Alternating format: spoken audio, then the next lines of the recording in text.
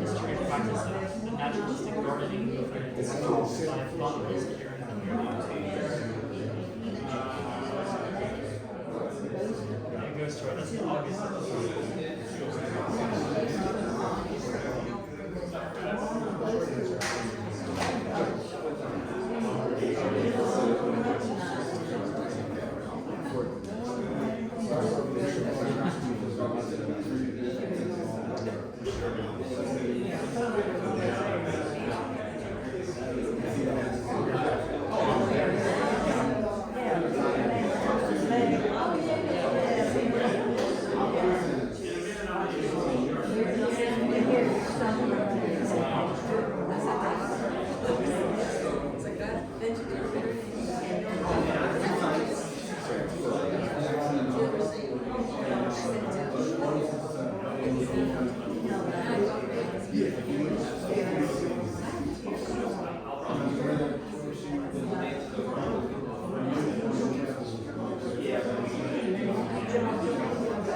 Not particularly.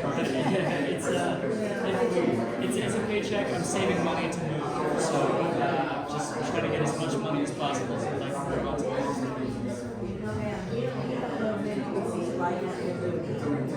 No, well, once I get to a larger city where I could actually do what I do, work with your companies, I'll be much happier. Until then, it's about saving money today.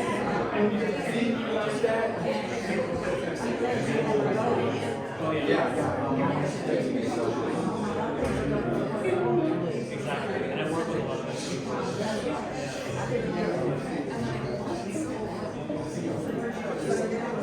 Well, I read this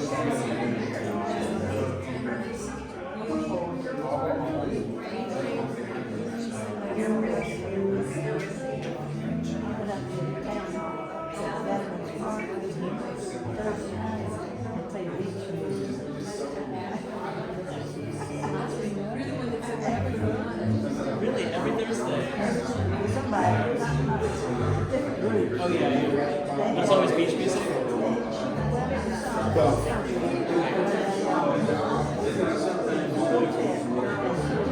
Yeah.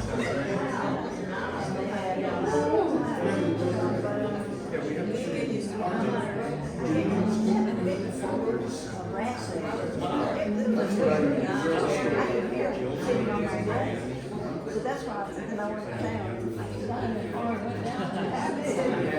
See what was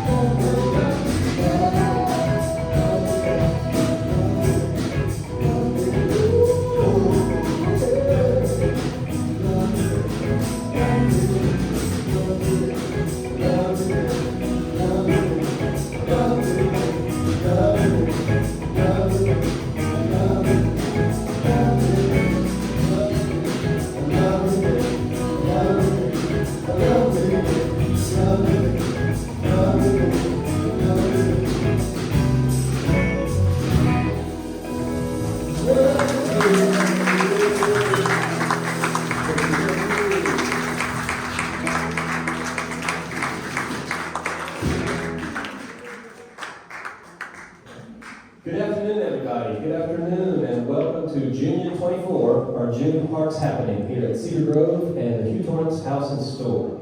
You have been enjoying the music of International Groove Nation. They are Andrew Robinson on guitar and vocals, Corey McClure on drums, Wayne Poor on bass, and Demond Turner on keyboards, and they sound fantastic.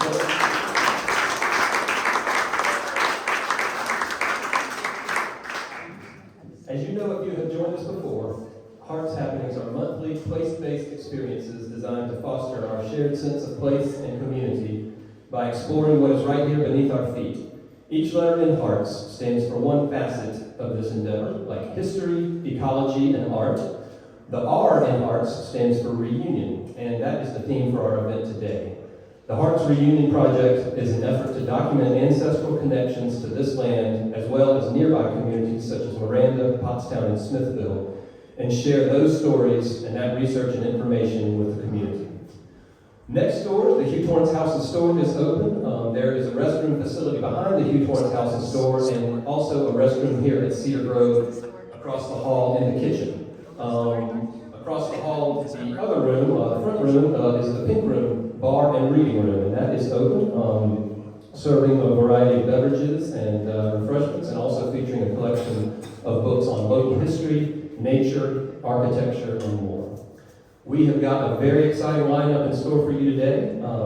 Our featured speaker, who has traveled all the way from Washington, D.C., is genealogist Andre Kearns. Andre co-chairs the Hearts Reunion Project, and his keynote program today is entitled Tracing an Emancipated Mecklenburg County Family Through the 1870 U.S. Census. And of course, we'll be enjoying some more music from the amazing International Groove Nation.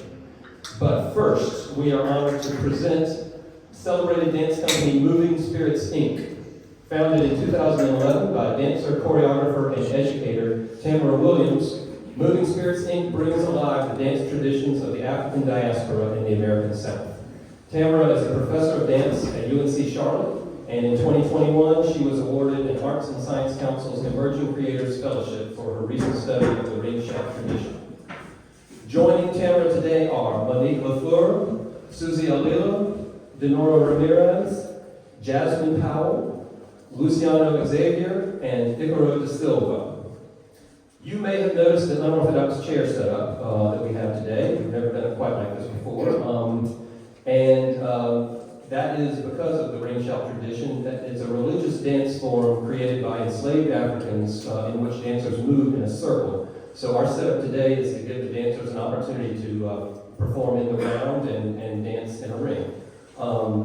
So we invite anyone who needs seating, elders, to please take some of the chairs. We have some more chairs available here. We'll have standing room as well behind the chairs. Following this dance, we're going to bring out the rest of the chairs and rearrange those in more of an auditorium seating style. Let's see. So I think we are, if anyone would like to take a seat here, we have some available. Other than that, I'm going to tell you a little bit about what Moving Spirits has got in store for us today. They're going to be performing two pieces. Their first piece is entitled Rediscovering, and this is a ring shout inspired piece featuring traditional singing of the Yoruba people of West Africa, and this dance pays homage to those who came before.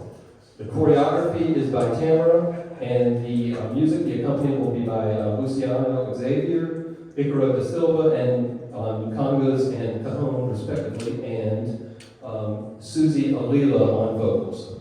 So, ladies and gentlemen, without further ado, Moving Spirits, Inc.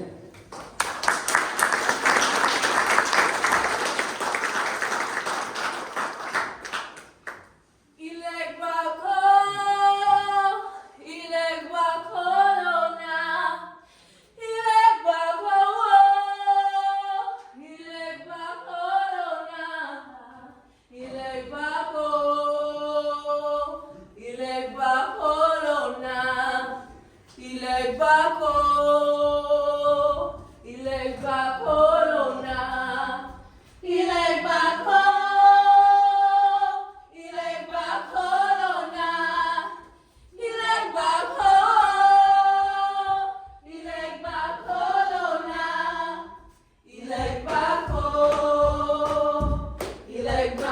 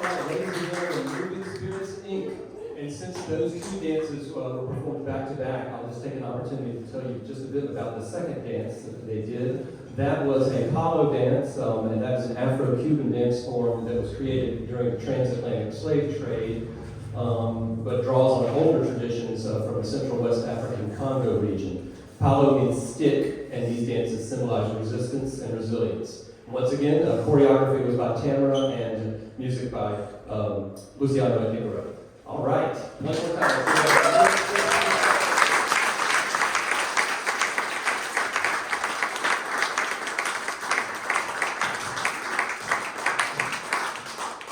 Just a quick shout out to our sponsors today. Big thanks to Lake Norman Realty, and also, of course, to our Heart Circle members. Heart Circle is our membership organization, and if you like what you are experiencing here today and want to help sustain these grassroots free community programs, information about Heart Circle membership is online at qt.org. Also, a big thanks to our Hearts volunteers for this event, making this possible. Stedman, Chris, Nicole, Rob, Lauren, Ron. And speaking of volunteers, they are now going to very quickly set up the rest of the chairs for today's program. So give them a little bit of room, and in return, they'll provide you a place to sit a little closer to the main event here. While they're doing their thing, we're going to turn it back over to International Groove Nation.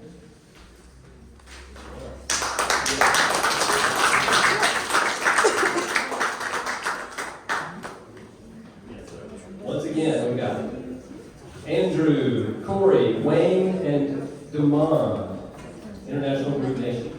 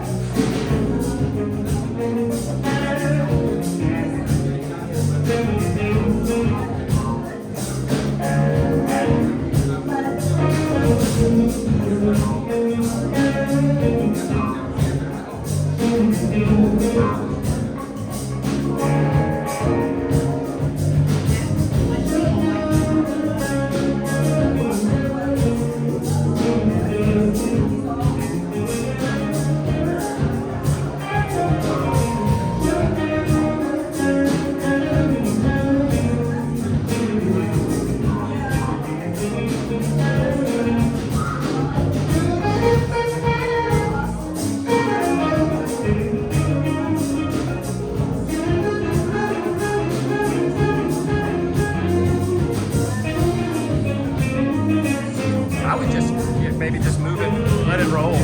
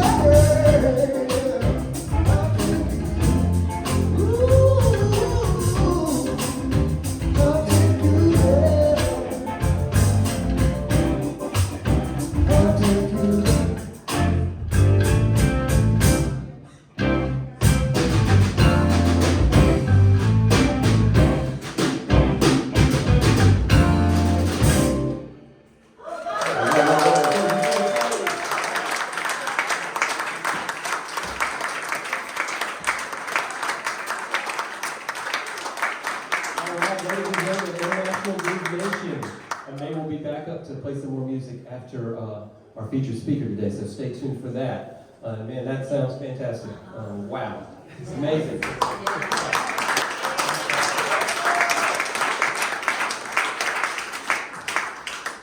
All right, I'd like to take just a minute to draw your attention to and tell you a little bit about the display in our Center Hall Gallery today. The Reunion Project, of course, is the R in Hearts and provides an important genealogical component to connect descendants of this land. Many descendants of enslaved people seek connections to their heritage, which is often difficult due to a lack of documentation. Through the Reunion Project, we're piecing together this history and sharing these the research and artifacts with the community. On the Center Hall table is a list of names of people enslaved on this site, totaling 143 in all.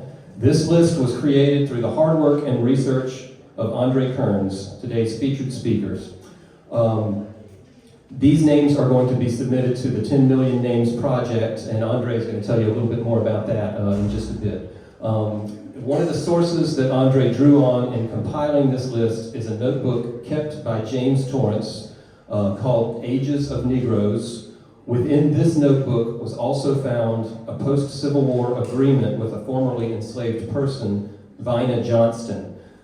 The original artifacts are in the archives of the University of North Carolina at Charlotte, and enlarged reproductions of them are presented on the walls of our Center Hall Gallery today. So be sure to take a little time to see those. The E in Hearts is for ecology, and we always want to take just a bit of time to focus on some local nature. And today we're going to talk for just a moment about the plantains. Let's see, I'm going to advance my slide here. Plantains are a herbaceous flowering perennial of the Plantago genus, and they are not related to the fruit called plantain, which is a type of banana. Plantains are known for growing everywhere from parking lots to playgrounds and are often dismissed as a weed. However, this remarkable plant is edible, nutritious, and has been used for centuries in traditional medicine. There are many species of plantains, but today we're going to focus on two which can be found right here on this historic site and probably in your own backyard as well. Let's see, the first of those is the black seed plantain, Plantago rugilii, and the next one is the ribwort plantain, Plantago lanceolata. The black seed plantain is one of the few plantain species native to North America, while the ribwort plantain was one of the many plantain species brought to North America by Europeans. This one, the ribwort plantain, if you, like me, when you were young, would pick those and sort of form them into something and pull back on it, and you could actually, they would shoot. And I've actually got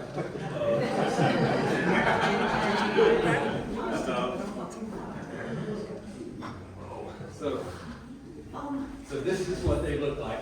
I dug these up in my yard just a few hours ago.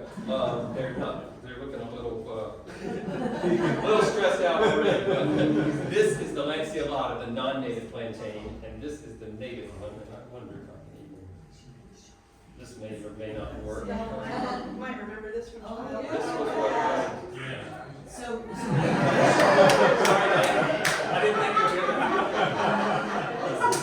this is the non-native. This is the native. Another one of the non-native plantains that you might see is the broadleaf plantain, Plantago major. This was widely used by European settlers, and Native Americans called it white man's footprint because it thrived in disturbed areas around European settlements.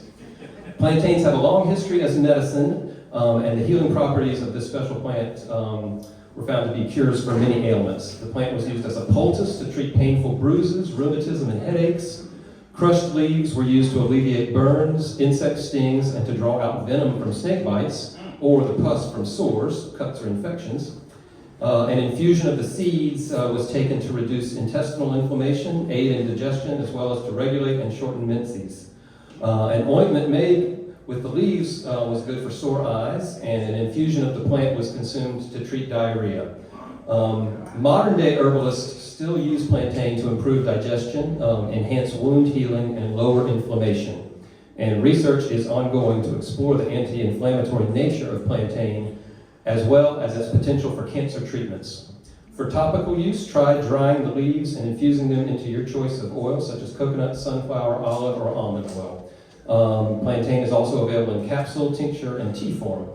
And plantain is also a nutritious wild edible that is high in calcium and vitamins A, C, and K. You can eat plantain directly out of your yard, but be careful not to eat from an area where pesticides were used. After careful rinsing, young leaves can be eaten raw or cooked, and because the older leaves tend to be tougher, they may be better suited for cooked dishes such as soups, stews, and stir-fries. So ladies and gentlemen, I hope that the next time you see these growing in your yard, you'll think of them a little differently. That's definitely what I said.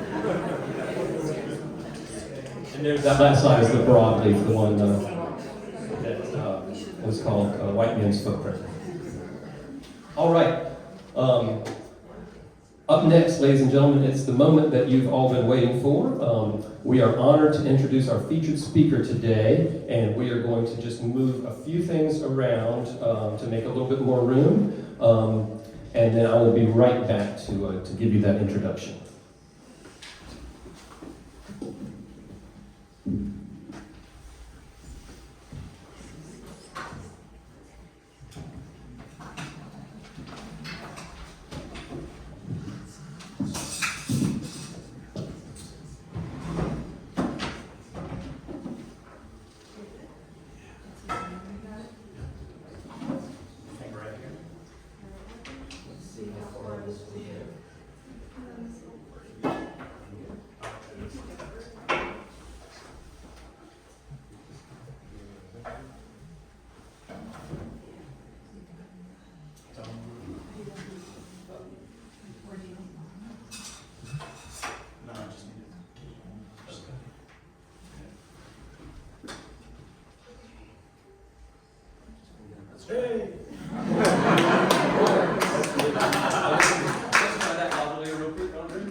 Testing. All right, one more time. Testing, testing. 1, 2, 3, testing. It's a little better. Yeah, it's a little too much. Let's try that one more A time. little lower. Yeah. Testing, testing. 1, 2, 3, testing. Can you hear that in the back? Yes. That's going to be sufficient? Okay. Okay. All right. All right. Then, so without further ado, let's introduce Andre Kearns. We're very honored to have him today. He is presenting a presentation called Tracing an Emancipated Mecklenburg County Family Through the 1870 U.S. Census. Andre is a descendant of Charlotte Kearns, enslaved to James G. Torrance, builder of this house that we're gathered in today. Andre holds degrees from Morehouse College and Harvard Business School, serves on the board of the National Genealogical Society, and is co-chair of the Hearts Reunion Project. We are fortunate and thankful that Andre has graciously traveled hundreds of miles to be with us today to share his insight, expertise, and techniques. So ladies and gentlemen, please join me in welcoming Andre Kearns.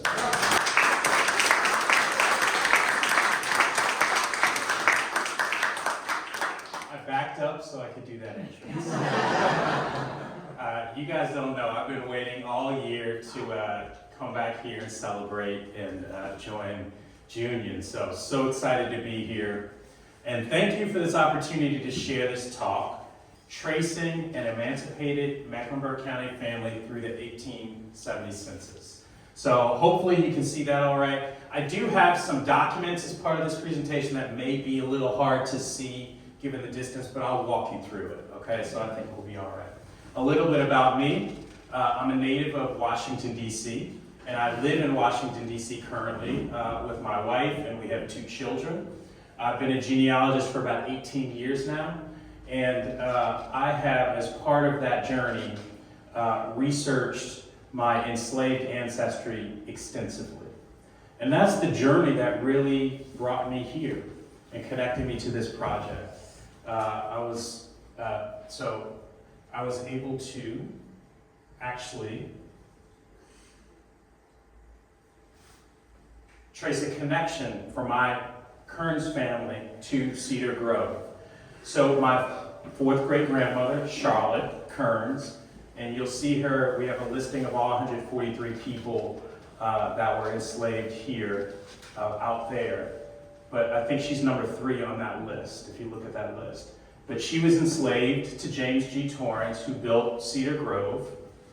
And what you're looking at is a will, his last will and testament, dated July 2nd, 1845. And so in that will, James G. Torrance actually allows Charlotte to his half-sister, Isabella Falls Kearns, known as Ibby Kearns. And so that really is the source of my last name and how it was passed down. So that is our family connection to this place. And so I was honored to come here for the first time in 2022 for our inaugural Hearts reunion event and present that story and share that story and speak the names of my ancestors. So that's a theme that you'll hear. Speaking names, saying names of the people who built Cedar Grove and built this country. So then I returned last year and was excited to share a story around the remarkable life of my 3rd great-grandfather, William B. Harvell, who was born enslaved around 1828 in Lincoln County, North Carolina. And then as a young man, he was sold to the Nance and the Blythe family here in Mecklenburg County. And then by 1865, he's emancipated. By 1868, within 3 years of emancipation, he is serving as a Republican delegate for the state of North Carolina. And that launches him to an illustrious local political career. He was a well-known local politician here in the Huntersville area. What else? 1869, he founds Miranda Presbyterian Church in Long Creek Township, which was a community a few miles from here made up of emancipated people. And Miranda was spun out of Hopewell Presbyterian Church, which is nearby. By 1870, he is the head of a household of 6 people in Long Creek Township. By 1871, 6 years after the end of slavery, he becomes a landowner, and he's farming his own land. By 1878, he establishes a one-room schoolhouse, a freedmen's school, in Long Creek Township, and that's where that one-room schoolhouse is where many of my ancestors and family members learned to read and write and were educated. And then by 1918, at the ripe old age of 90, he's still active, leading a war savings campaign in support of World War I. So in 2023, it was a true pleasure to be able to share the remarkable life of William Harvell. And so that brings us to today and the stories that I want to share today. And so here are the discussion topics that I'm going to cover. First, I want to share my inspiration for this particular family story that I chose to tell. Then I want to share with you my framework or my approach as a genealogist. I'll then apply that approach to a specific question around tracing my emancipated family through the lens of the 1870 census. And then I'll leave you with some final takeaways and call to action. And I don't want this to be purely lecture style, and so I just encourage you all to ask questions along the way. Just raise your hand if you have any questions or need clarifications, or if you have anything to add. Let's just make this interactive discussion. My inspiration. The Underground Railroad was a TV miniseries that premiered in 2021. And it was actually adapted from a novel of the same name, written by Pulitzer Prize winning author Colson Whitehead. And so the Underground Railroad the story was about enslaved people struggling to free themselves. And so I remember when the TV series premiered, I was listening to an interview with the man who directed the TV series. His name's Barry Jenkins, and he's a Academy Award-winning filmmaker. And so Barry Jenkins is African American, and he's traced his ancestry back to enslaved people. And so I remember as part of this interview, he said something that I thought was just incredibly profound and inspirational.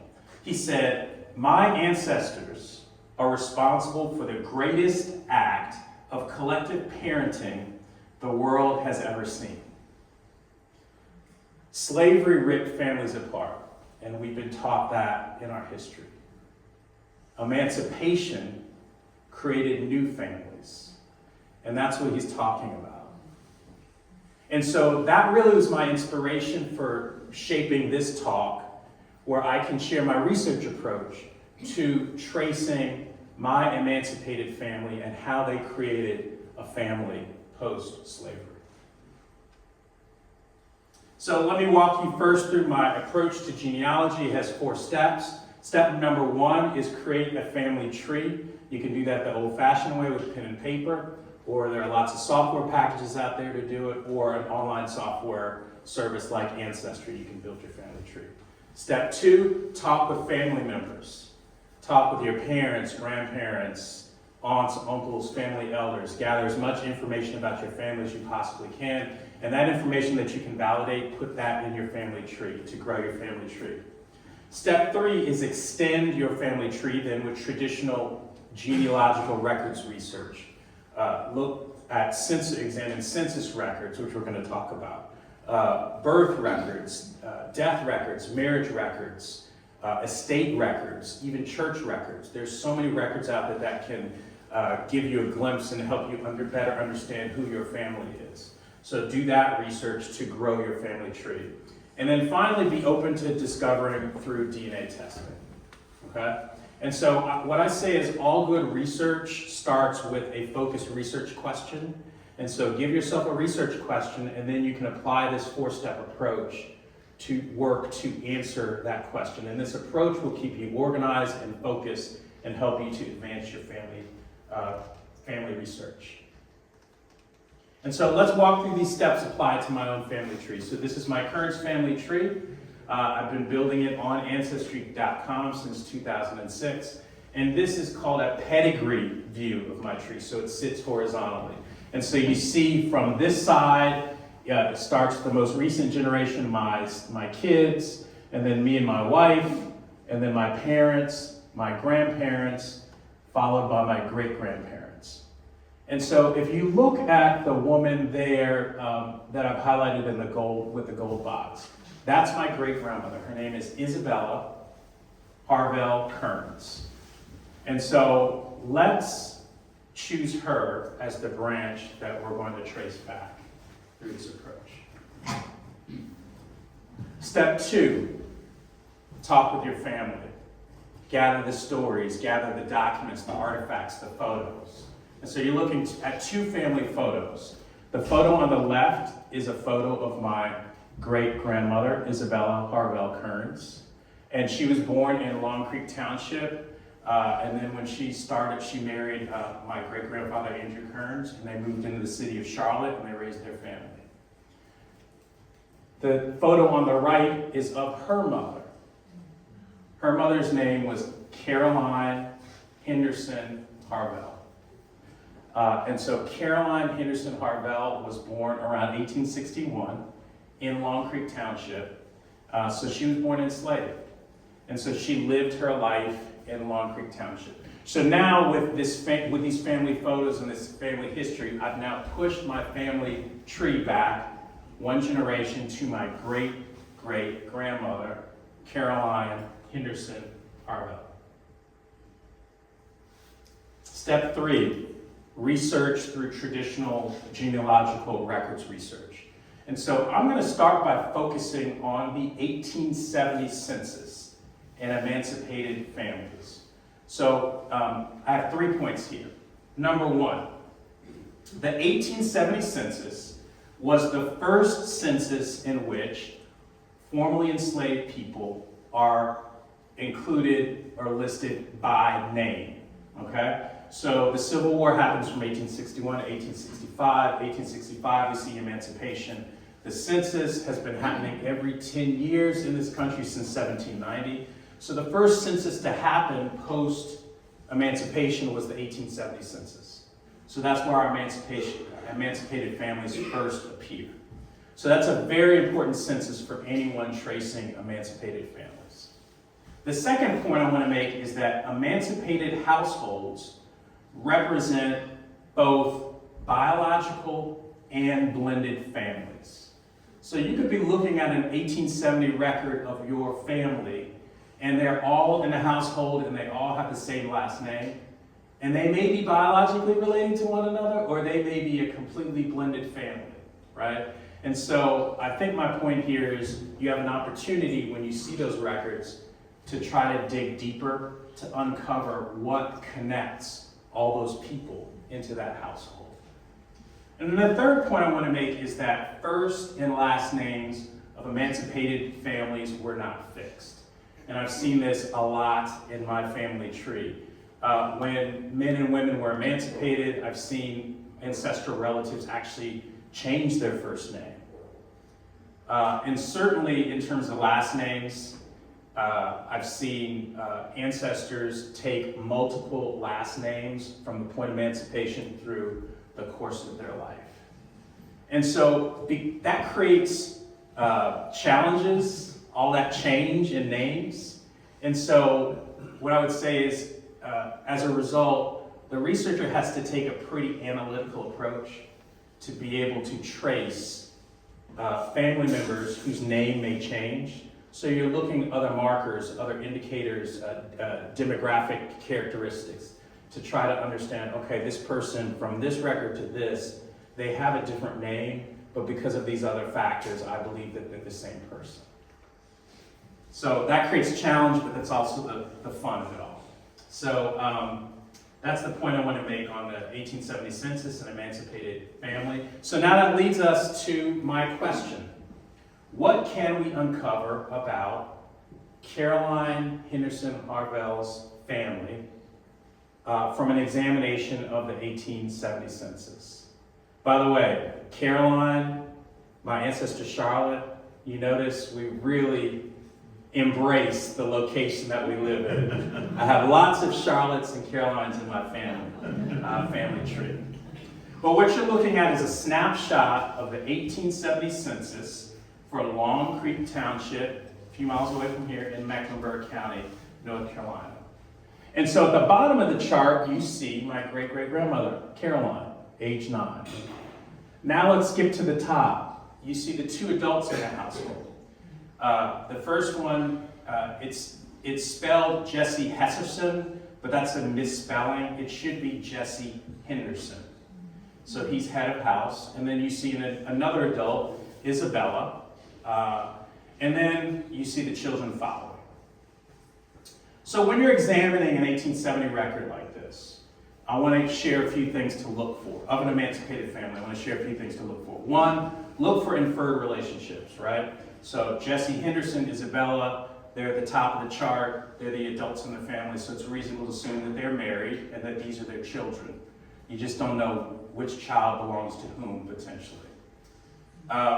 What else? Pay attention to demographic details. So age, right? So translate these ages to birth dates and make mental notes of those birth dates, because that's an important marker. Particularly if someone's name may be changing over documents, you can go back to say, well, the name is slightly different, but the birth date and the age is consistent, so maybe these are the same people. Pay attention to how children in the house are grouped. And this is a subtle thing, but if you look at Martha, the first child, then Lucinda and Henry, their ages 17, 16, and 11. Then you have the next set, Augustus, Nancy, and Caroline at 12, 10, and 9. So there's a break there between Henry and Augustus. So it begs a natural question like, why did they create that break? And so maybe they're trying to tell us how to group the children and who maybe one set of children belongs to one parent and another set belongs to the other.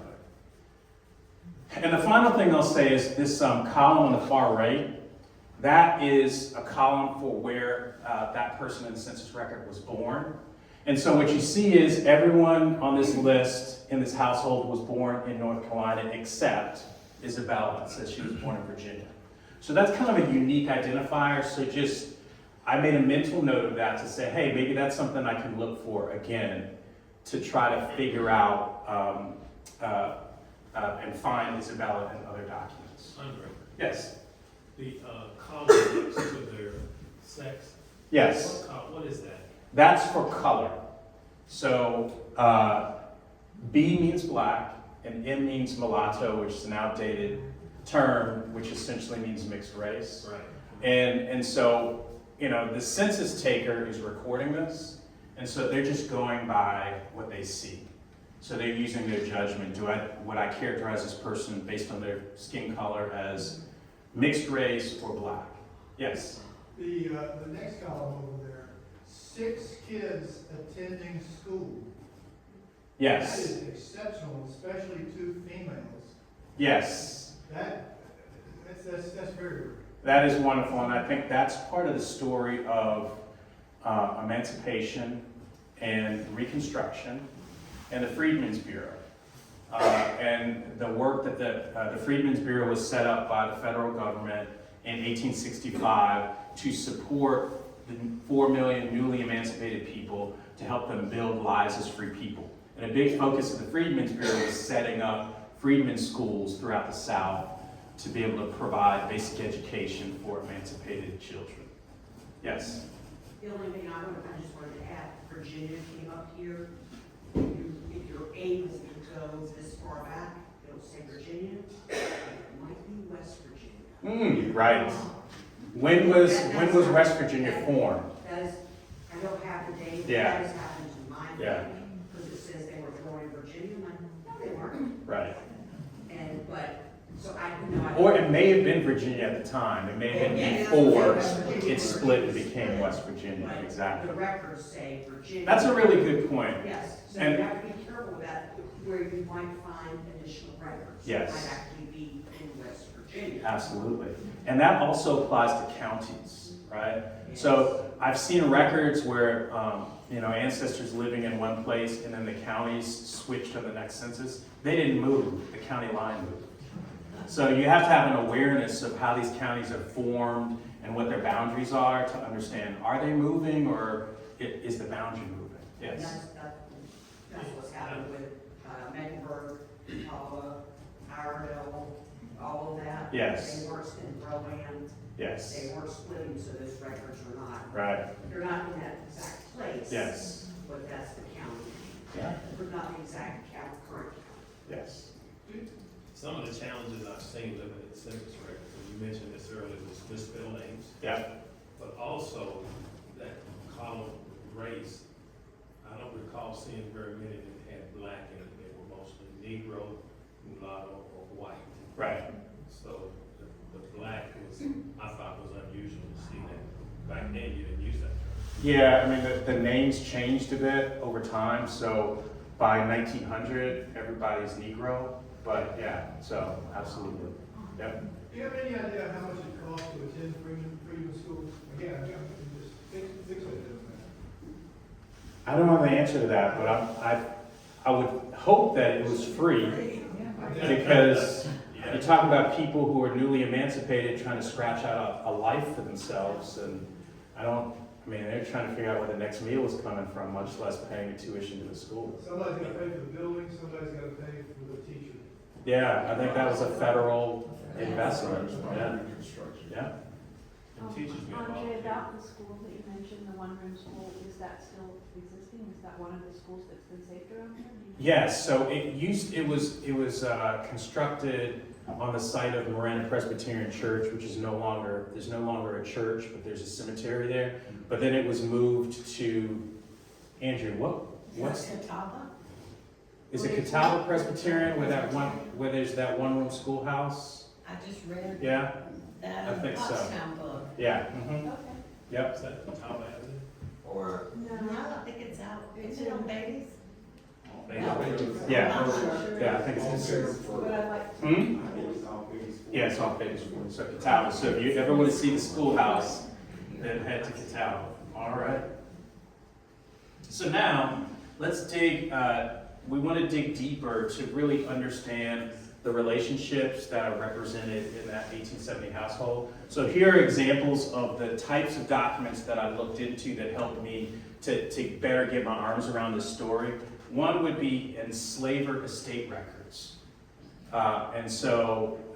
Estate records such as wills and probate records really record how a person's estate is distributed to heirs, to family members, to friends when that person dies. And so these enslaver estate records could potentially include the first names of enslaved people bequeathed or sold. And so as an example, to build that list of 143 people, I was leveraging estate records to find, because enslaved people are named in those estate records, and so that's part of the process of building that list. Marriage records for the emancipated. It'll list, if you find these marriage records, it'll list a groom's full name, a bride's potentially a maiden name, and their parents' names. Looking at the 1880 census of emancipated people, they added a column in the 1880 census from 1870 which details household relationships. So head of household, wife, son, daughter, niece, nephew. And then they also added 2 additional columns. So you saw in 1870, there was a column for where the person in the census record was born. They added a column for where the father was born and where their mother was born. So those are additional clues. And then death records for emancipated people. Their birth and death dates could be listed, their parents' names and their parents' locations could be listed. And so with that as context, let's ask the question, what can we learn about the Henderson family that I presented that was listed in the 1870 census for Long Creek? And so this is our roadmap. I'm just going to step through person by person and share what I was able to find using some of those records that I just talked about to try to understand how this family was connected. And so let's start with Jesse and Isabella, the 2 adults listed in the 1870 census. So I started with researching enslaver records. So I extensively searched enslaver Henderson of Mecklenburg County estate records. And so according to the 1860 U.S. Census slave schedules, there were over 15 Henderson families that owned enslaved people here in Mecklenburg County. So I went through all of those families' estate records, and I was looking for 2 names, Jesse or Isabella, named as enslaved people, being bequeathed to family members or bought and sold. And so this is a pretty painstaking process, and disappointingly, I didn't see either of those names in any of those records. So I would have liked to have, but at least now I can say, okay, I can confidently say they don't appear in these records, so I have to move to the next record to try to find them. And so, luck would have it, I found a marriage record.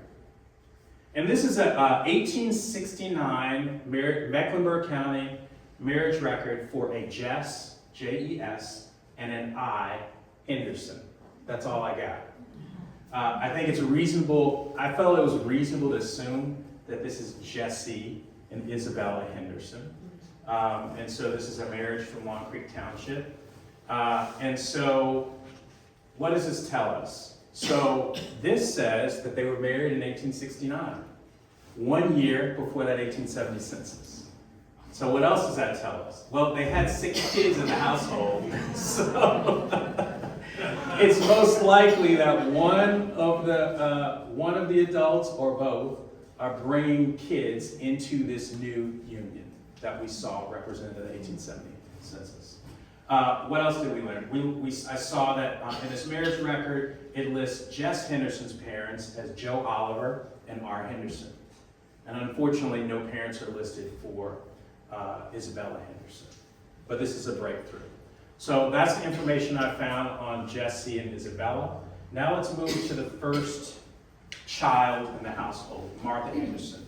So I was able to find an 1874 marriage record for Martha Henderson. So let me walk you through this. Number 1 there lists her name on the marriage record, and it says Maddie Henderson. And so it takes a little digging to realize Maddie is a shortened nickname for Martha, right? So that's, again, the name variance.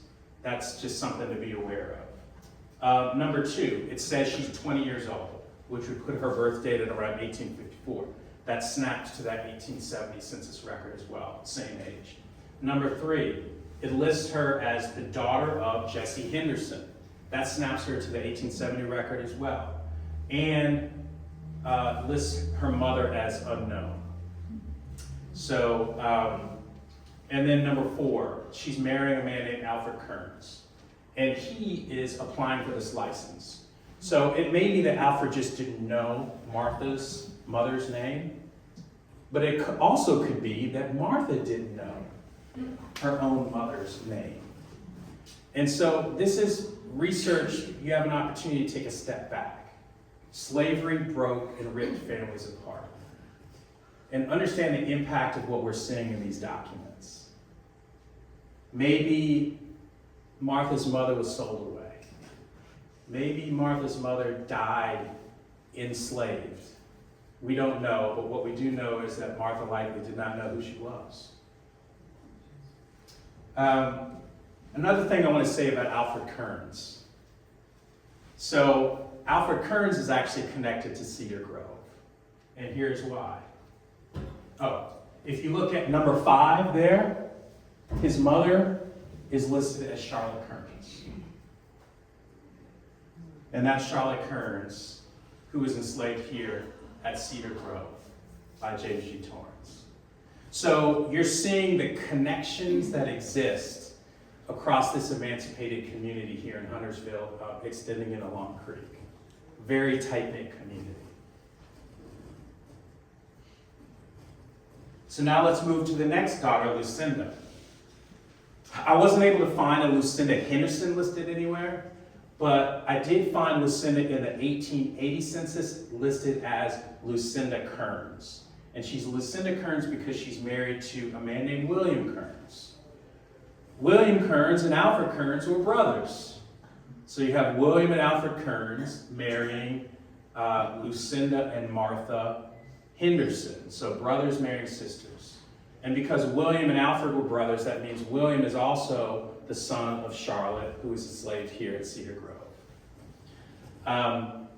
If you look at Lucinda's age, it snaps and matches the 1870 record for Lucinda Henderson. Now let's look at who she's living next to. So she's living next door to a man named William H. Sadler. And so I believe that William H. Sadler is, the H stands for Henry, and that this is Henry Henderson from that 1870 census. Why do I believe that? There are a couple indications here. Number 1 is if you look at record number 3, there's a Nancy Henderson and an Augustus Henderson listed as half-brother and half-sister to William H. Sadler. And so Augustus and Nancy both showed up in that 1870 census, right? And then if you look at the ages of Augustus, Nancy, and William H. Sadler, they all line up to corresponding children and Henderson children in the 1870 census. And then the final thing I'll point out is, if you look at these new columns on the right side, that first column is where the census person was born. The second column is where their father was born, and the third column is where their mother is born. If you look at that number 4, for William H. Sadler, it says his mother was born in Virginia. So that snaps to Isabella's record that she was the only one in that 1870 household born in Virginia. And so this death record for William Henry Sadler further confirmed what I believe. So it lists his father as a man named Ike Sadler, that's a new name, but it lists his mother as Isabella. So he is Henry Henderson from that 1870 census. But now I have a new name, Ike Sadler. Who's Ike Sadler? So I go back to enslaver records as I start to research the enslaver Sadler family here in Mecklenburg County, North Carolina. And so I found this 1836 will for an enslaver named Philip Sadler. And in this will, he bequeaths an enslaved man named Isaac to his son, Alexander Sadler. So I believe that Isaac is Ike Sadler, father of William Henry Sadler. All right, let's keep moving. Next, we have Augustus Gus Henderson. So I found an 1891 marriage record for Gus Henderson, and it lists his father as Jesse Henderson. That snaps to the 1870 census. And it lists his mother as a woman named Lizzie. So that's a new person. And unfortunately, I couldn't find any more information on Lizzie, but we at least know what her name is. So that's Gus's mother. Let's move on to the next sibling. So Nancy Henderson. Here is her 1882 marriage record to a man named John Houston. And so this record lists her father as Jesse Henderson, so that snaps her to the 1870 census. And her mother is Lizzie, so that says that she's a full sibling with Gus Henderson. So that's 1882. And then I found an 1892 marriage record for Nancy Henderson. So that means probably that John Houston passed away and that she remarried. But there's something else interesting here. In 1892, she marries William Kearns. That should be a familiar name because in the 1880 census, William Kearns is married to Nancy's sister, Lucinda. So Lucinda must have passed away. John Houston passes away. And so Nancy marries William Kearns. Are y'all keeping up? You didn't think all of this was going to come out of that 1870 census record, did you? So now we get to my great-great-grandmother, Caroline Henderson, and this is her 1877 marriage record. So it lists her as 18 years old, so that snaps her to her age in the 1870 census record that we saw. And it lists her parents as unknown father, and her mother is Isabella Henderson. So that snaps her to her the 1870 census. And so her last name came from Isabella and her stepfather, Jesse Henderson. And so she's marrying a man named P. Ham Harvell, who's my great-great-grandfather, and that is short for Pleasant Hamilton Harvell. And he applies for this marriage license. So again, it may be that he didn't know the name of her father, but it was more likely, or it could be that she didn't know the name of her father. But I think it's this. If you remember the photo that I shared with you, I believe that that Caroline's father was an unknown white man. And so, again, examining this and giving yourself the space to think through the impact of slavery, I see this throughout my tree, that you have lots of ancestors that have marriage records that list their father as unknown, and maybe their father was their enslaver, or just a white man who had access to enslaved people. So this is just part of the terror and tragedy of slavery that's embedded in these documents, and based on things left unsaid. Yes?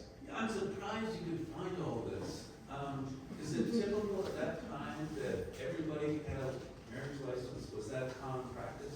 I'm finding some good consistency in terms of these marriage records in the 1870s, 80s, and 90s in Mecklenburg County. So I'm having good luck. Obviously, like the preservation of those documents by county, by state vary, but for Mecklenburg County, it's been great.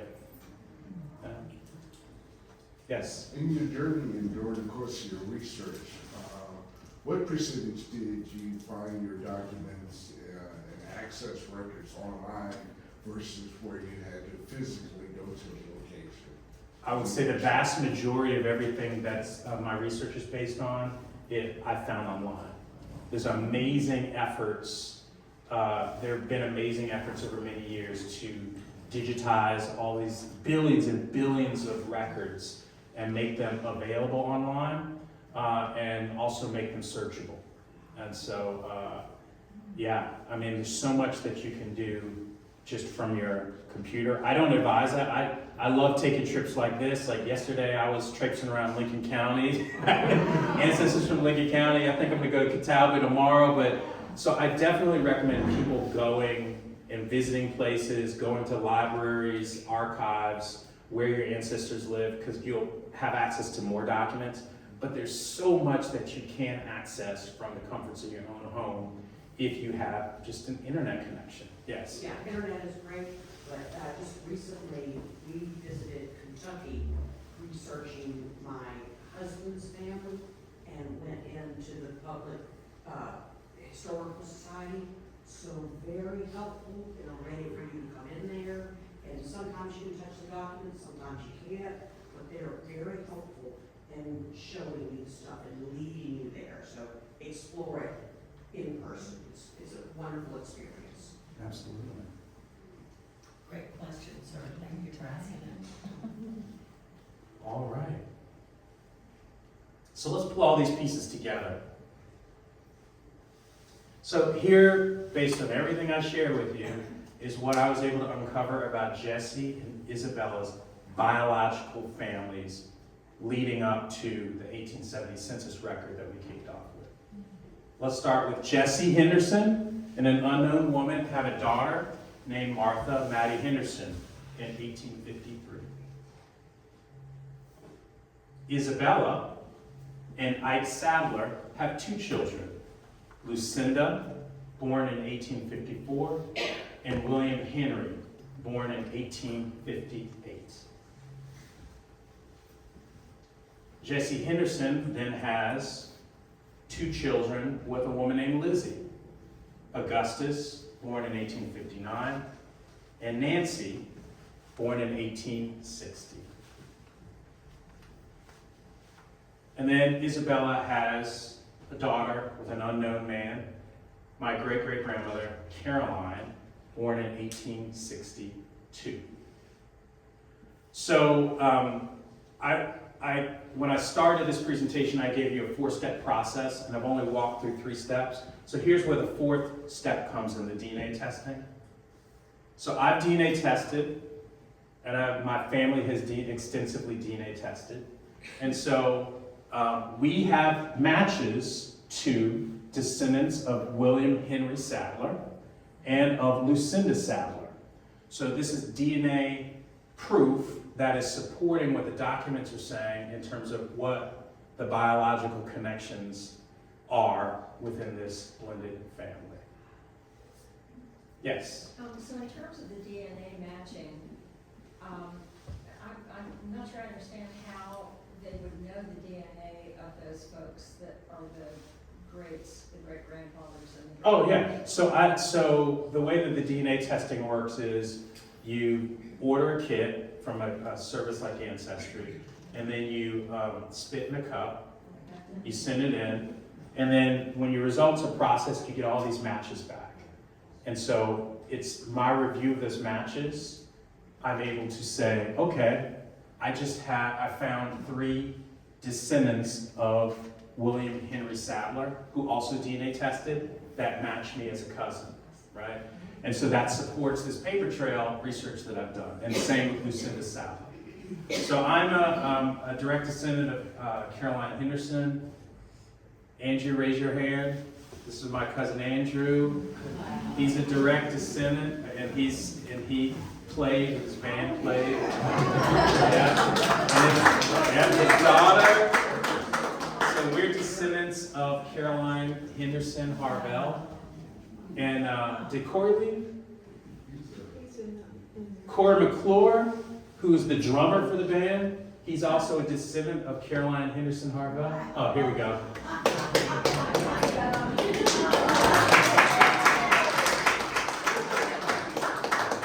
And then here's something else. So Daniel, raise your hand. So this is my cousin Daniel. We're meeting for the first time. He is a descendant of Lucinda Sadler Kearns. So we're cousins, all cousins as well. So we have the DNA connection, we have the biological family connection, but also as we get to know each other, we're all musicians. So Andrew's band, Corey, I thought you played the keys, man, and I saw you up here as a drummer. So I was playing all types of instruments. And Daniel's a musician, an accomplished composer as well. And so you see, as family connects, you start to find how what the commonalities are, right? Even if you didn't grow up together. So it's pretty powerful. Where do you play on there? I'm a singer. Yes. Yes. So, all right. Yes. Okay, so who are you on this chart? Talk to me. I'm not sure. Okay. But we're connected through Ancestry. Okay. DNA testing. Oh, okay. So it's a DNA match. So we're gonna have a conversation immediately after this to figure that out. All right. So these are the biological families, and that's everything that happened for this family, this Henderson blended family, to show up in the 1870 census of Jesse and Isabella with Martha, Lucinda, Henry, Augustus, Nancy, and Caroline. I have a question. Can we go back to the slide before this one? So it doesn't look like you have a DNA match to anybody in Caroline Henderson's family. Is that true? Yes, no, that's not true. I am a direct descendant of Caroline Henderson. And you didn't get a DNA match? I just didn't put the DNA sign there because I'm that person. You Yeah. know. I'm the descendant. Yeah. Yes. Sorry, Yes. that went over my head. Yes. Yes. Yes. And I guess the two unknowns up there, Uh-huh. you've not ruled out the possibility yet that they might be the full siblings, or have you? That between Martha, Augustus, and Nancy? You're just basing that on the fact that the paper documents you have, the person who was reporting it didn't know who it was. Right. It could be Lizzie. Yes. And the same for the other. Uh-huh. Or It's possible, but I will say the marriage record says unknown versus for Augustus and Nancy, it lists their mother as Lizzie. So again, it could be that the person applying didn't know the name. yeah. And then another tiny thing, which, you asked the question about color. So Martha is listed as black, and then Augustus and Nancy are listed as mulatto consistently. So they had a different coloring. That we come in all shapes and sizes, so that may mean nothing, or it could be that, that's a clue that they had different mothers. So, but the search continues on that. Yeah. So here's the blended family. And so here is a photo of my great-great-grandparents, Caroline and Hamilton Harvell. And so they, again, married in 1877, and they had 11 children together. And they were the pillars of their emancipated Long Creek Township community. Andre? Yes. Where did you find that picture? That was a photo that's been passed down in the family over generations. So I first saw it at a family funeral. And what I normally do is I take a picture of everything that someone shows me so that I make sure I have a record of it. Do you know the age of that picture? Ooh. They look, I don't know, they look middle-aged, so I'm thinking early 1900s maybe. Yeah. The technique is really similar to the one we have of Hattie. Yeah, you're right. I think this actually, it looks more like a crayon drawing than an actual photo, right? But there probably was some photo that's behind it. Yeah. Yeah. Possible. So takeaways. Number one, find your inspiration that's going to motivate you to get started on this genealogy research journey. Number two, really, if you please walk away with an understanding of the significance of the 1870 census for tracing emancipated families. First census in which emancipated families show up by name. And when you're ready to research, remember, start with a good research question. It keeps you focused, and then apply my 4-step approach to keep you organized to be able to answer that question. And the 4-step approach is create a family tree, talk with family members, do document research, and consider DNA testing. And then when you're coming across families from emancipated families from the 1870 census, expect that they can be biological or blended family units. Slavery ripped families apart. Emancipation created new families. Remember that names, first names and particularly last names of emancipated families were not fixed. And so you need to know other clues, demographics, who are they living next to, where were their parents born if it's unique, to help say, okay, well, the name is a little different, but these other factors are the same, so I think it's the same person. And then finally, embrace the impact of all you uncover. As you're researching, give yourself the space to process difficult things that you see in these records, and give yourself the permission to feel inspired by what you're uncovering. And I certainly am inspired by that Barry Jenkins quote about how it was the greatest act of collective parenting the world has ever seen. And I certainly see that in what I've uncovered about my own family. So I want to close with a call to action. Please, please, please consider, put the word out, consider joining our Hearts Reunion Genealogy Initiative, and really help us to connect families, speak the names of people who built Cedar Grove, so that we can reveal the whole history of Cedar Grove. The first year that we did this event, and the first time that I saw this place, there were all these exquisite photos of the and paintings of the Torance family. I can't tell you how inspiring it is to come here today and see the names of my ancestors.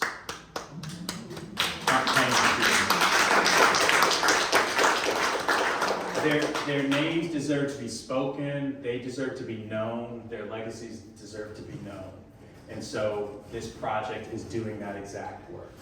And I would like to say that last year, when I left, and I turned around down the road and I came back by, and you were sitting on the porch, and it just did something to me. I mean, so.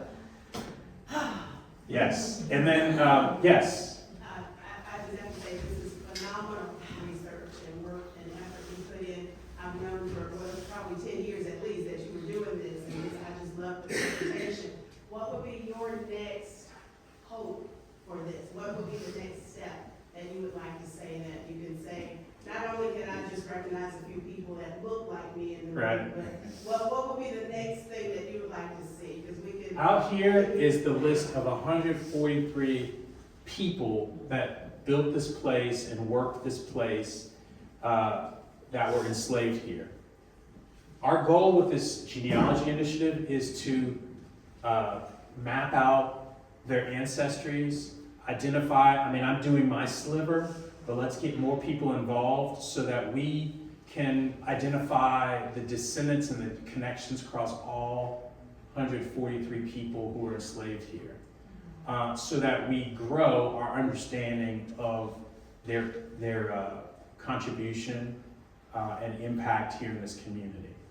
And then on top of that, you mentioned the 10 Million Names Project. Can you tell us a little more about that? It's the same concept of what we're doing here, but on a national scale. So the 10 Million Names Project has been organized by the New England Genealogical Society. It's also known as American Ancestors. And so they've initiated this ambitious project to name and trace all 10 million people who've been documented as enslaved in this country. And so the initiative that we're setting up here, they're doing that at a larger scale for the entire country. So I'm excited to say those 143 names out there are now officially part of the 10 Million Names Project. So we're going to do our part here, but that's the goal of that larger project, yes. As far as you know, are you the only one that's researching this part? The ones from here? I'm not the only one. John Blythe is an accomplished researcher and has done extensive research. He's helped me tremendously. Maybe I've helped him a little bit in our collaboration. And he's introduced me to other researchers in Mecklenburg County. And so there are a lot of folks out here doing this research. Is there anything you want to say, John, to that? You've covered it. I do know that there are other projects similar to this at other sites. Rosedale in Charlotte is doing something similar. Brackensville in York County is doing something similar. And one thing that Andre can tell you is that all these, just like the white families intermarried and interrelated, the black families did as well. And so I think the Torrances and the Brattons, I know, intermarried, the Lattas and the Torrances, the Reeds from Mount Warren. And so this is just one piece of the whole. And I think ultimately, over the long run, hopefully all of those projects will sort of come together in an even bigger one, and possibly the million names. 10 million names. 10 million names.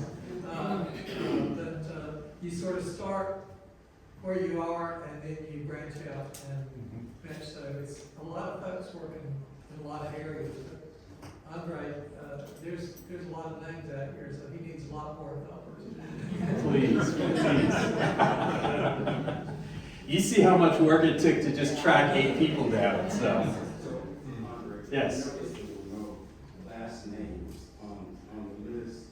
I mean, were they Torrances, Kearns, or? All of the above. So a lot of the names that you see here from what looks like a blow up of a notebook, it's a Torrance family notebook that was passed down in the Torrance family and was for a while stored in this very house.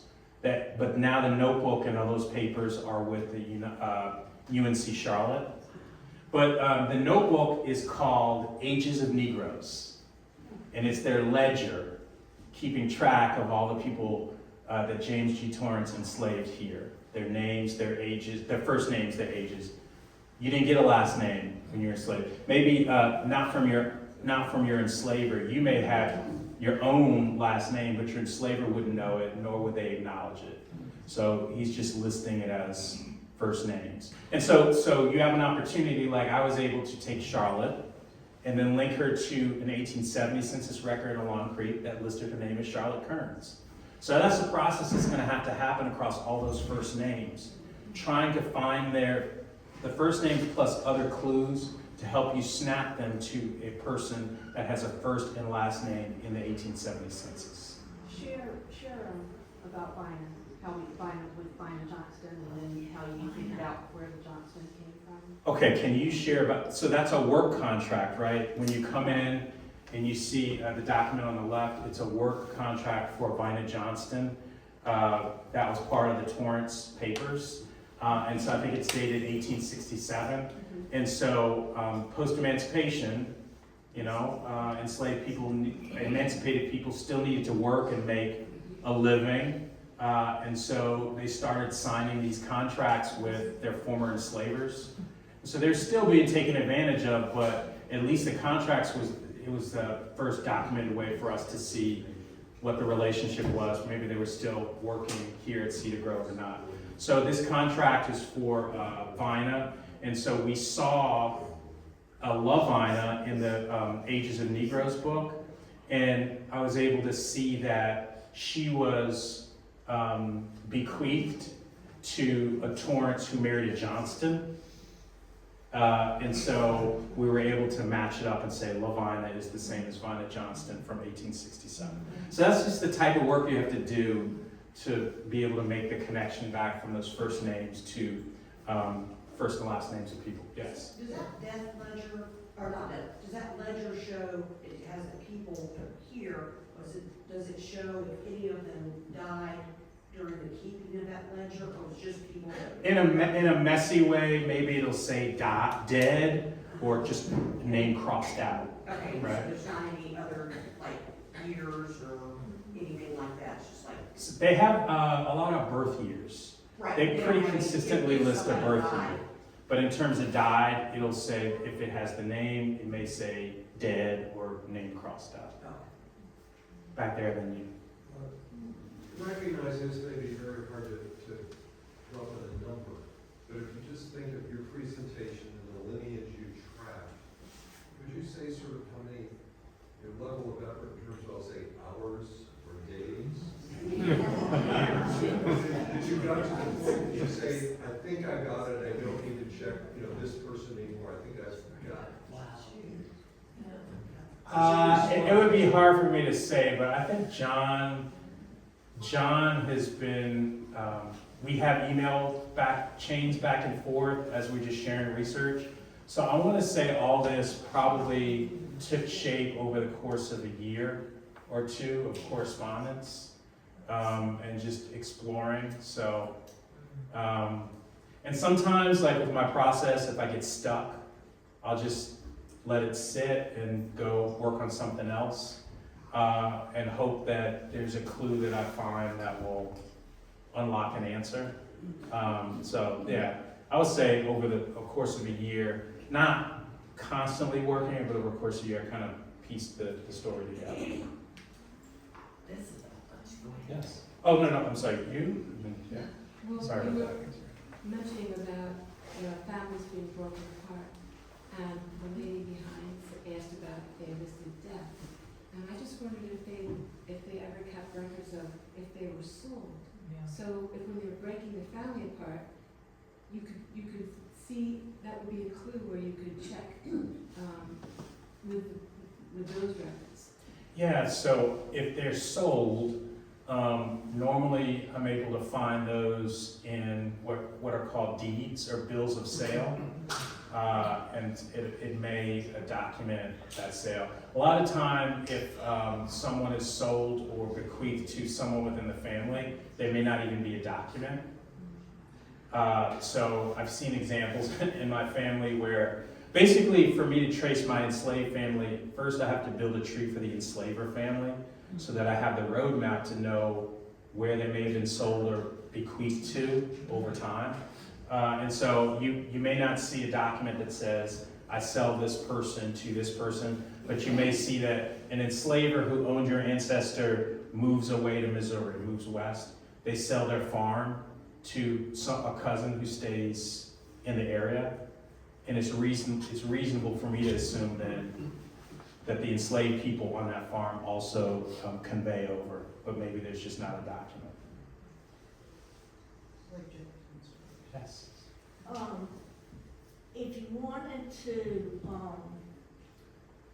research the actual Torance records that were found here that are now at UNCC, right? Can you do that online or do you have to go to UNCC? Both. So there's a subset of the papers that have been digitized and are available online, and so that's how we were, Abigail was able to create posters from these documents, because these are all documents that are available, digitized and available online. But I think that the Torance papers are more expansive than what's been digitized, and so if you want access to the full set of papers, yeah, you're gonna have to go to UNCC. And how do you Make do an that? appointment. You just make an appointment. So just contact the library or what? Yes, you call the UNCC library and tell them that you'd like to visit their archive department, and sometimes it depends on which university or whatever. Like at Davidson, they want to know exactly what you're going to see, and they're going to pull it out for you before you get there. UNCC is a little bit different, but that's where you start. And it's the Torance Banks collection, right? And I just learned, I mean, and when we do these research, when we're looking at things, it never fails that you find stuff that you weren't looking for. And just this week, I found in their archives, so there was another house here before they built Cedar Grove, and all of the documents for that house, they have them, and I had no idea. So I am itching to get to go and see. I'm itching for you to go see it. Yeah. Yeah. So I'm gonna be hoping to learn more about that soon.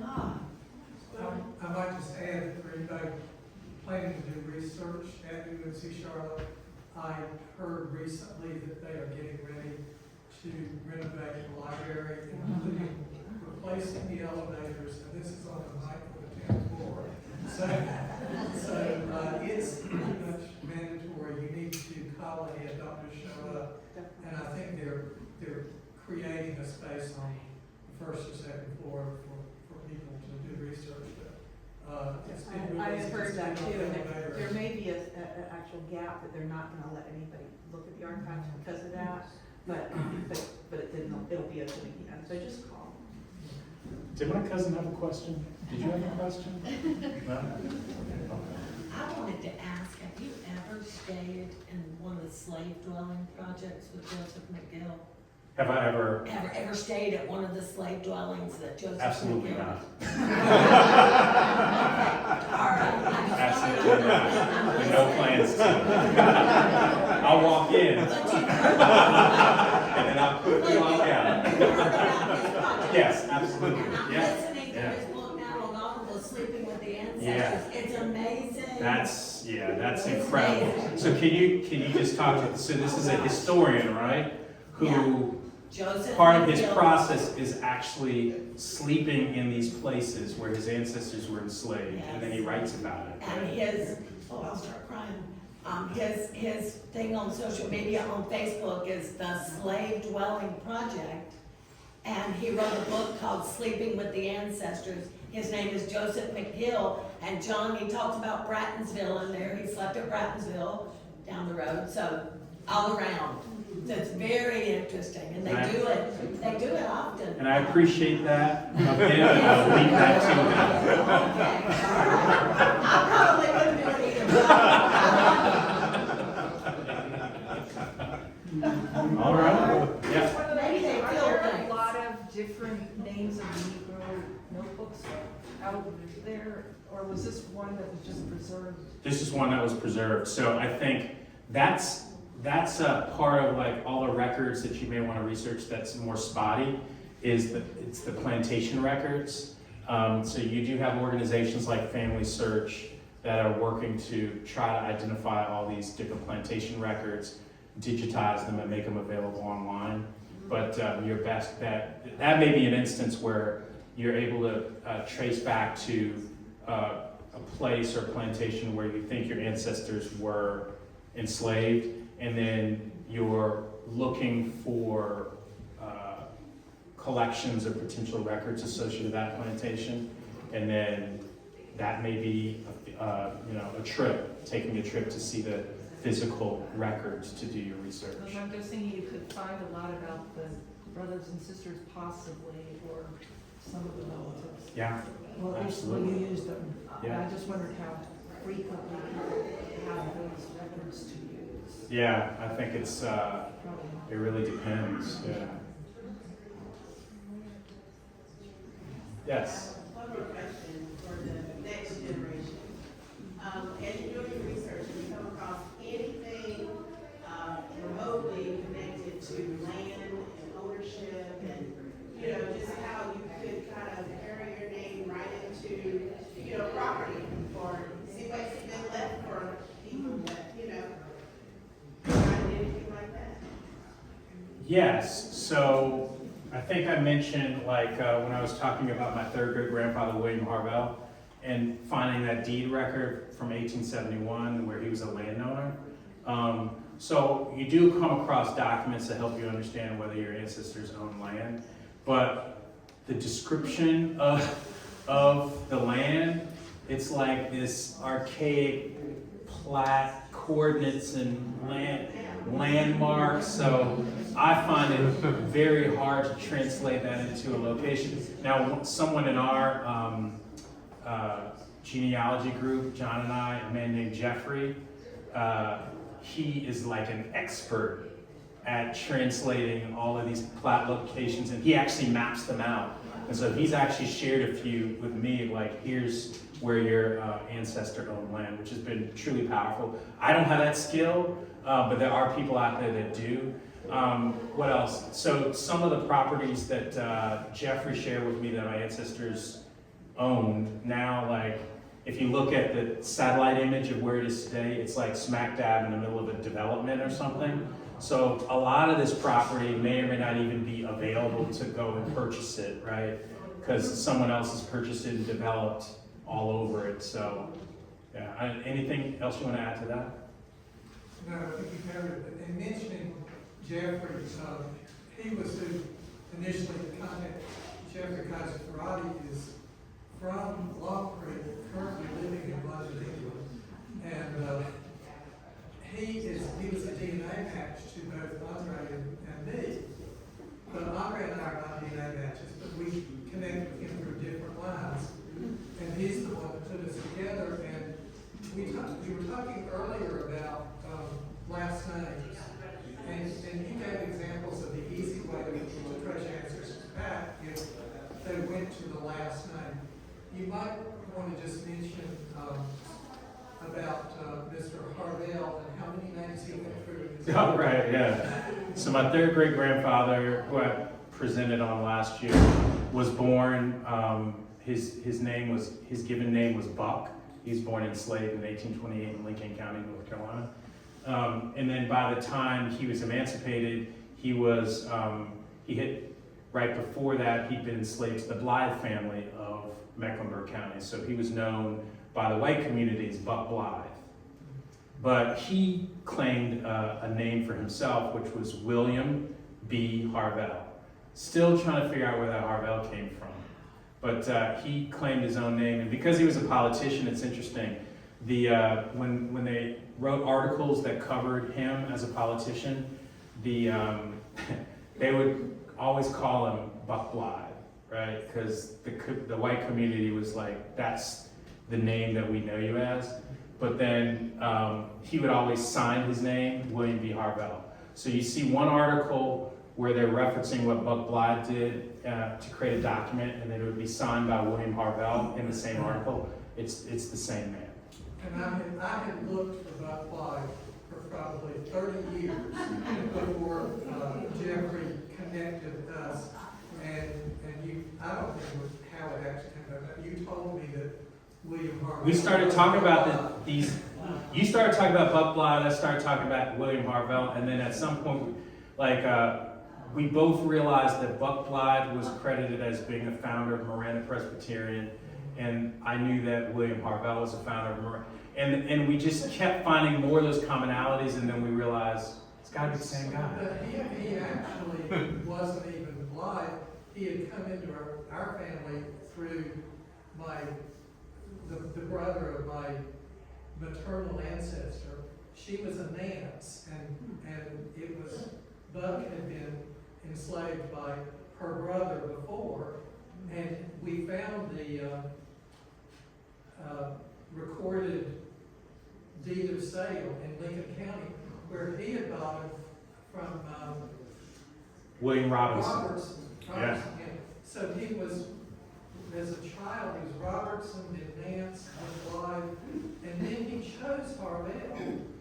And what impresses me is that somewhere he knew that his real name was Harvell, but yet he had never, to our knowledge, lived under that name throughout his enslaving years. It's a powerful name.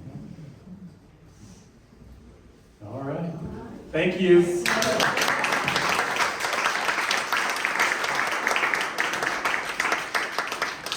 All right, everybody. Thank you so much, Andre, for being here and bringing these stories to life with your research. It's truly amazing. We want to let everybody know to mark your calendars for our next Hearts event, July 20th, Healing History, where we will be exploring naturalistic gardening with botanist Aaron Camp and the history of naturalistic gardening and what it is and how you can do it in your own yard if you so choose. So July 20th, we look forward to seeing you there. Everyone feel free to hang out and I believe we may be able to talk Andrew and International Group Nation into playing a few more for us. And thank you all for being here today. And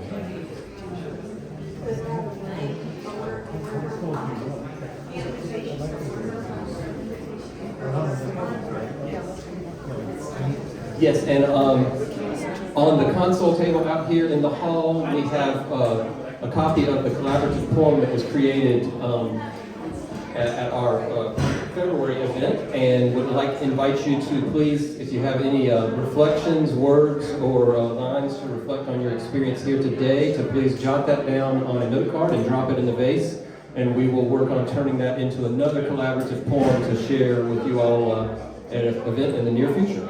Thank you.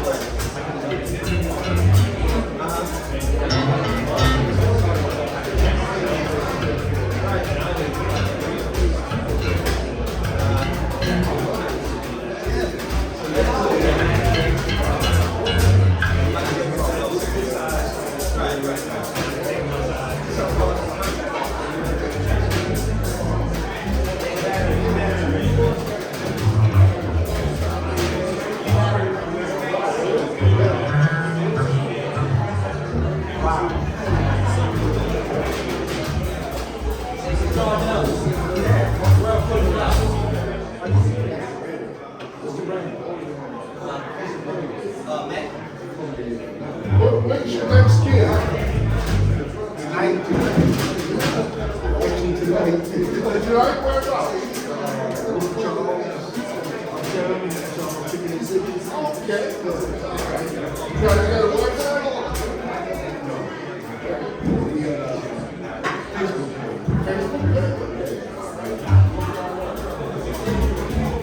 The last set was started.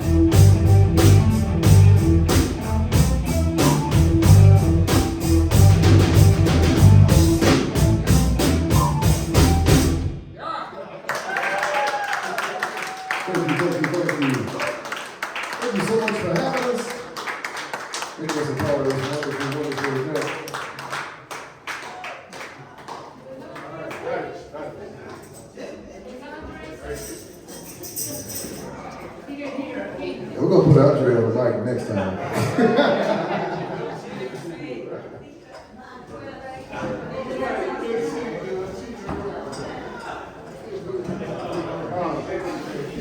Oh, yeah. Thank you so much. Thank you. Thank you. Appreciate it. Thumbs up.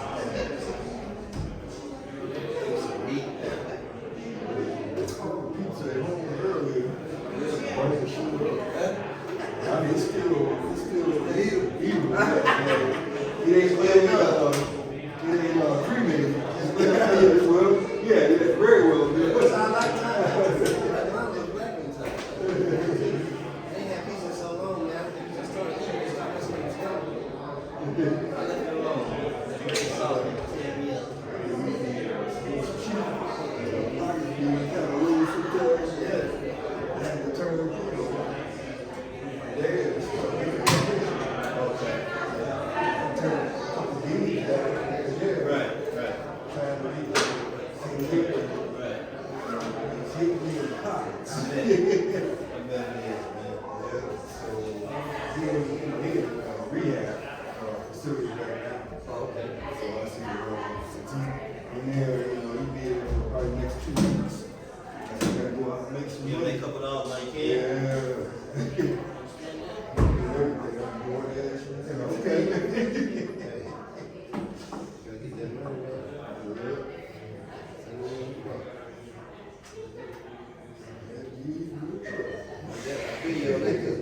Kinda like a single dad right now, man. Oh, yeah? You know, my girl, she can't work, she can't do nothing. She dealing with that cancer. So I gotta pay all the bills and get the kids school, get them ready, feed them, you know. So it's a lot, man. It's a lot. That's why you gotta get a partner when you trying to raise some kids, man. Especially trying to work at the same time.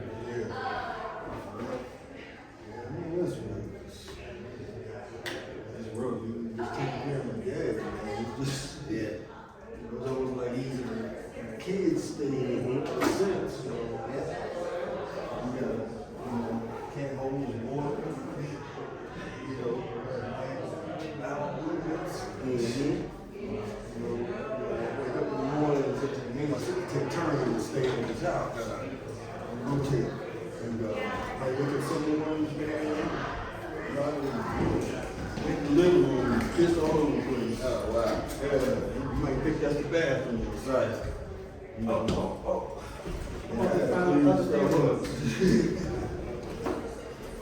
you make a little word, you gotta clean it up.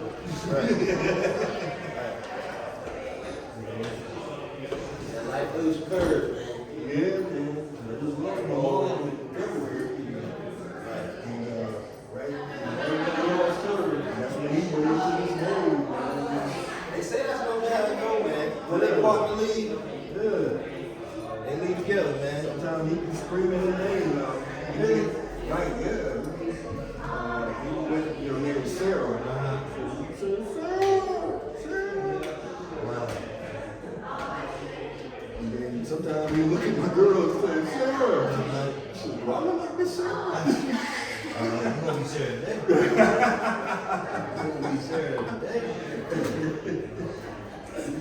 That's the word you look like. You Sarah. You Sarah today.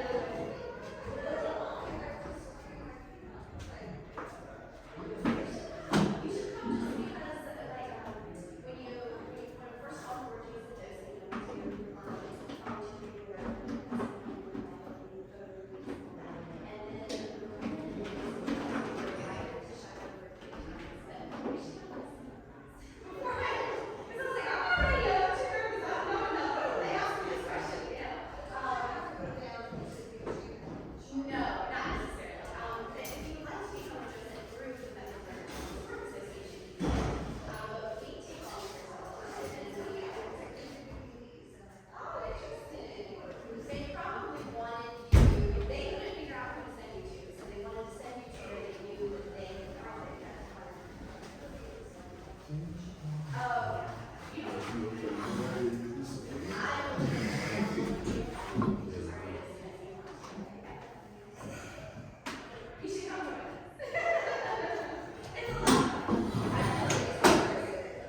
say you do no ethnic no cross? No. Oh, so that's what's been happening. Is that why it's not working? They gotta be like this? Okay, okay. So it's this piece gotta be turned a certain way for it to lock. Oh, okay. Cause I'm using the string, cause it'll lock when it won't too good and it'll drop. Oh, okay. I don't really want to that. I figured it out though. Yeah, that makes sense. I thought it was a new keyboard. I was surprised they decided doing that. It's crazy. Yeah.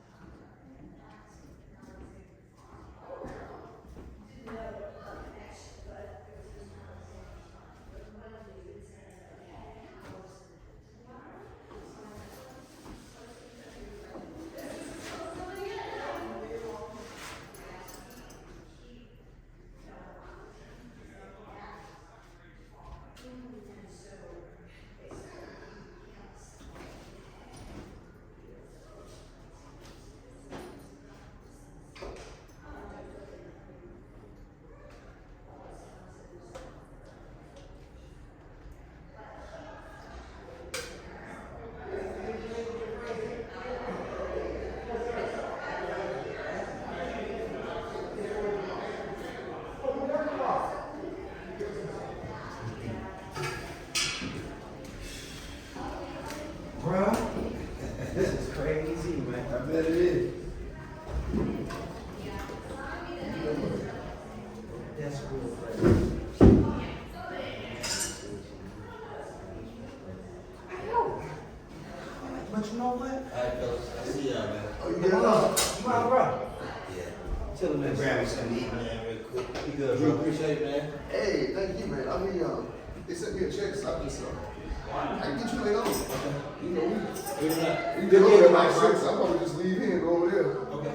Good gigs tonight, bro. Yeah, talk about you, man. Appreciate it. I'll take it. You too, bro. Hi.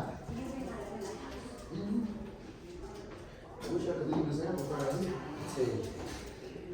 Me too. I ain't even done with that. I'm trying to figure out how to get all this in my car. You are wonderful. Yeah.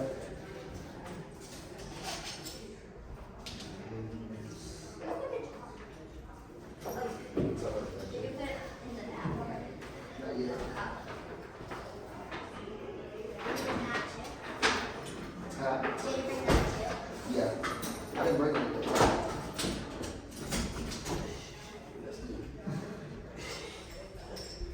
Like that, kind of like.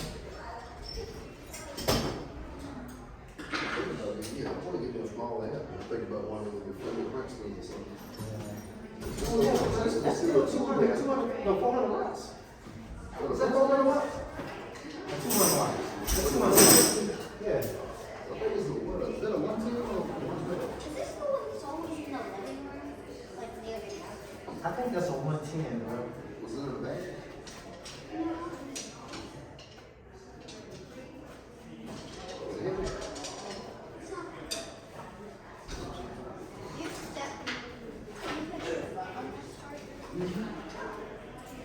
That's not a good different sound. What do we use? Two sounds or something like that. We can sound. I don't remember how many guitars I have. I know I have one. Okay, so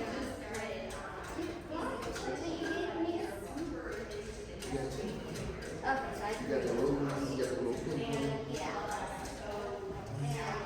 And one more. And then I have a burgundy. Yeah, burgundy. Which one is your favorite, Laura?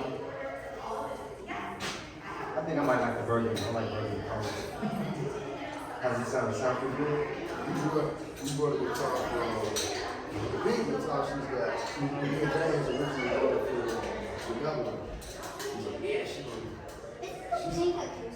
Yeah, she was saying she wanted to play acoustic, so we go It's set up. got her on the guitar thing.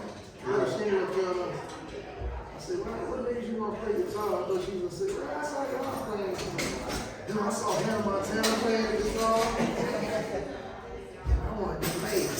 Like, Hannah Montana? Yeah. It's like what was the girl's real name? Molly Cyrus. Molly Cyrus. She had a TV show called Hannah Montana. Back in the day.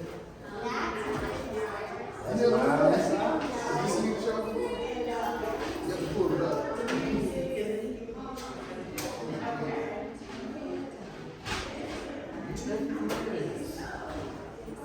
Sure.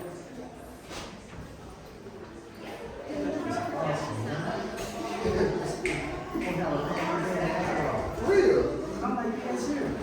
You need to just sit down with Andre and find out who all plays. Before we fall out with it. You know who we can fight and who we can't. Who we got ops with and who we don't. I'll let you come back and bring it up.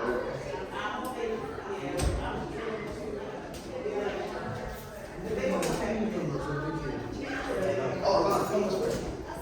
Go down in backstage.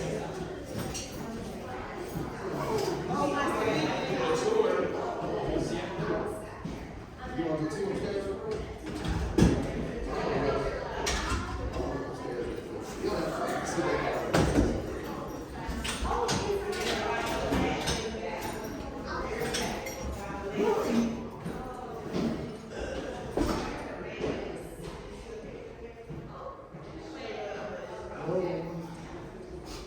Hello. Hello. Hello.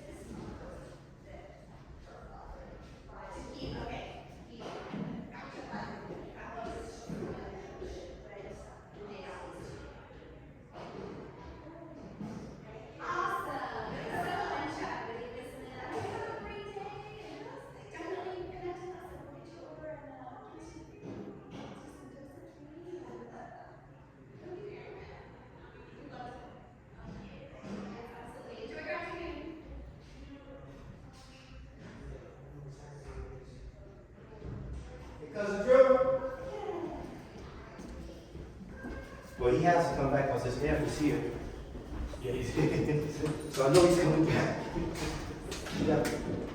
Thank you for everything again.